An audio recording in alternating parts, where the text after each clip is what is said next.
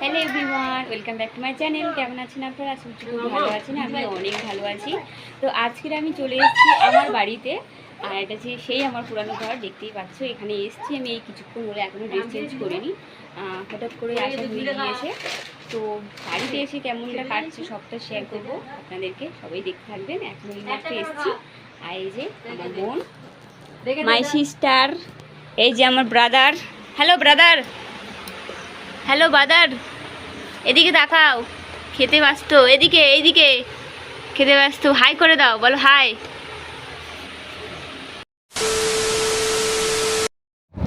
বাড়িতে আসার কথা আমার ছিল না আজকে, হঠাৎ করেই চলে এলাম। আসলে অন্য একটা কাজে গিয়েছিলাম, ফেরার পথে বাবা তো যেহেতু বাইরে চলে যাবে, তাই ভাবলাম বাবার সঙ্গে একবার দেখা করে যাই, যেহেতু এসছি। আর এদিকে আমার ভাই দেখো কাঁধের উপর উঠে পড়েছে বাবার। বিকালবেলা এই উঠানে একটা সময় কতই না খেলাধুলা করতাম। সত্যি মেয়েদের জীবনটা বড়ই অদ্ভুত। সকাল 7টা, ঘুম থেকে উঠেছি। ওদিকে আমার কাকিমা বসে আছে, আমার কাকিমা, আমার ভাই, আমার বোন সব বসে আছে। সবাই হাই করে দাও, সবাই হাই করে দাও, হাই। চলো, এইমাত্র ঘুম থেকে উঠলাম, এখন ব্রাশ করছি। চারিপাশটা সবুজে সবুজ ঘেরা, পুরো নিস্তব্ধ পরিবেশ। সামনে বড় পুকুর রয়েছে, দেখতে পাচ্ছ।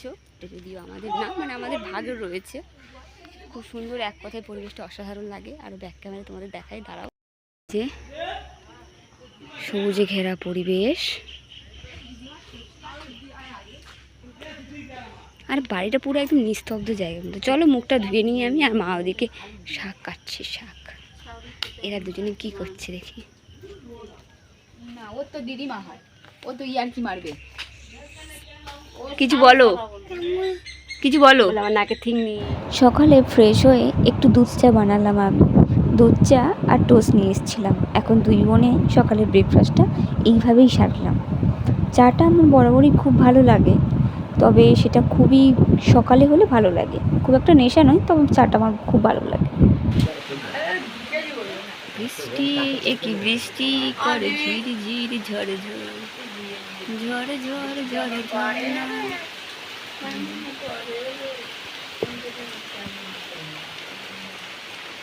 তো বন্ধুরা, আমি এইমাত্র স্নান টান করে এসে ভোগ টোক দিয়ে আসছি। একটা জিনিস দেখে আমি খুবই ভয় পেয়ে গিয়েছি, চলুন আপনাদের দেখাই যে এই প্রাণীটা কি, আপনারা দেখে বলুন।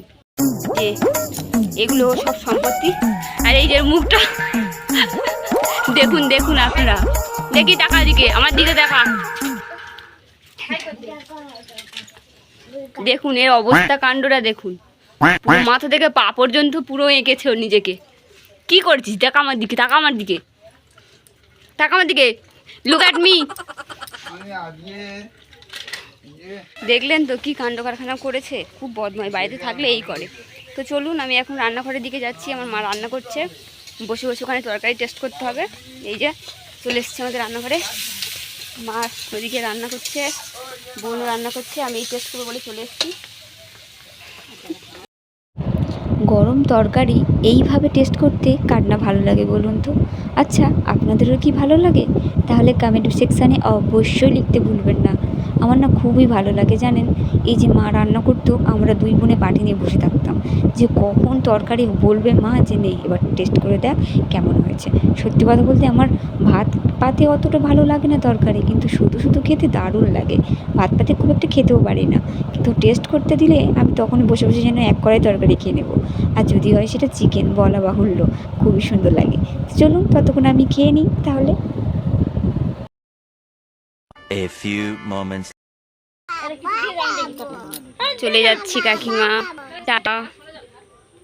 মা টাটা, আবার আসবো।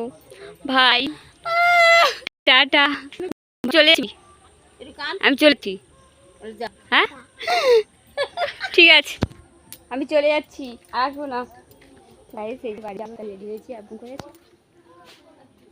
ওইদিকে কোথায় গেল, চলুন যাবো আমি।